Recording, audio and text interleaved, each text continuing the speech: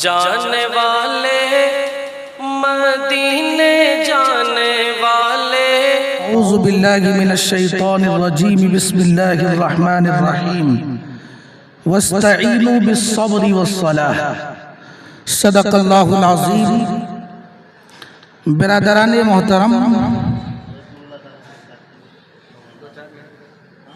जब से ये दुनिया वजूद में आई उस वक्त से लेकर आज तक इस कायनात में अनगिनत बेशुमार इंसान पैदा हुए और सब चले गए, फना हो गए। लेकिन इस कायनात में चंद ही शख्सियात ऐसी हैं जो तारीख के सफ़हात पर क़यामत की सुबह तक जिंदा रहेंगी, जो अपने कारनामे और अपने कमालात की बुनियाद पर क़यामत की सुबह तक जिंदा रहेंगी।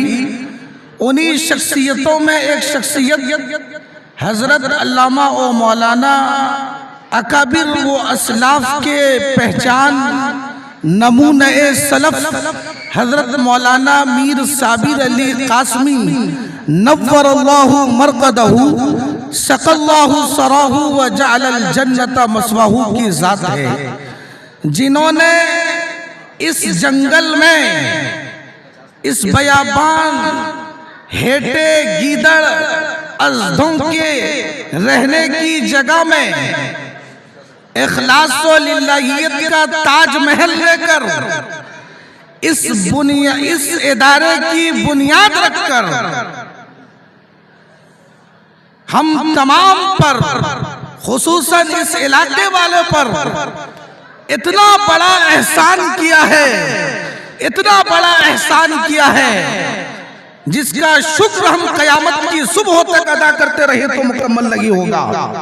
आज अगर इस इदारे में हजरत मौलाना निजामुद्दीन साहब कासमी ने 50 साल खिदमत की तारीख रकम की है तो उनको लाने वाले भी हजरत मौलाना मीर साबिर अली कासमी ही थे।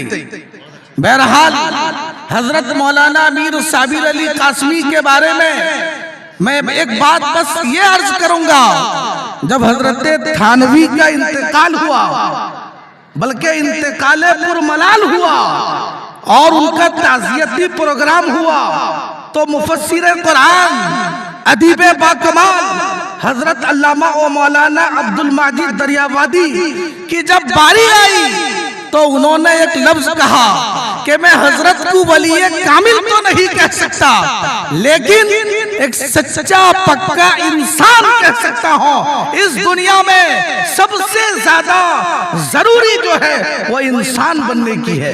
हजरत शरीफुत तबा थे, कभी किसी को गाली नहीं देते थे, कभी किसी से लड़ते झगड़ते नहीं थे, इखलास के ऐसे ताजमहल थे। आज मेरी उम्र 32 साल की है, मैं 2 किलोमीटर साइकिलिंग नहीं कर पाता हूँ।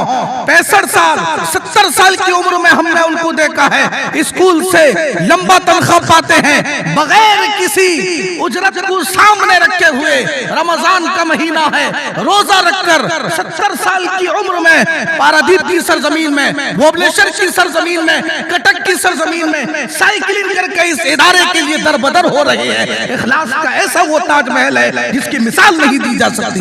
हजरत मौलाना मुझे खुद कहते थे कि मेरे अकाबिर व असलाफ ने मुझे एक नसीहत की थी, बहुत बड़े मोहतमिम बन जाओगे, लेकिन अपने मकान के सहन में बैठकर मकतब की तरह अपने महल्ले और अपने बस्ती के बच्चों को बगैर उजरत के पढ़ाते रहना। हजरत वाला ने 50 साल तक अपने सहन में बैठकर बरहमपुर के बच्चों को बगैर किसी उजरत के खिदमत अंजाम दी है, कुरान करीम की तालीम दिया है। ये बातें लोगों के सामने आनी चाहिए, जाननी चाहिए। मेरे भाइयों, बुजुर्गों और दोस्तों, वक्त मेरा खत्म हो रहा है। मैंने कुरान करीम की जो आयत शरीफा आप हज़रात के सामने पढ़ी है, वस्तईनु बिस्सब्रि वस्सलाह, हम उनके औलाद की ताज़ियत के लिए आए हैं। कुरान करीम की एक ऐसी आयत है, हजरत अब्दुल्ला बिन मसऊद के बेटे का इंतकाल हो जाता है। हजरत अब्दुल्ला, एक सेकंड, हजरत अब्दुल्ला बिन मसूद के बेटे का इंतकाल हो गया तो घोड़े से नीचे उतरे, इन्ना लिल्लाहि व इन्ना इलैहि राजिऊन पढ़ा और 2 रकात नमाज पढ़ के कहने लगे कि मैंने वो किया जिसका अल्लाह ने कुरान में हुक्म दिया, वस्तईनु बिस्सब्रि वस्सलाह, यानी नमाज पढ़ते रहो, अपने वालिदैन के जाने पर सब्र करते रहो, उनके लिए दुआए मगफिरत करते रहो। व आखिरु दावाना अनिल हम्दुलिल्लाहि।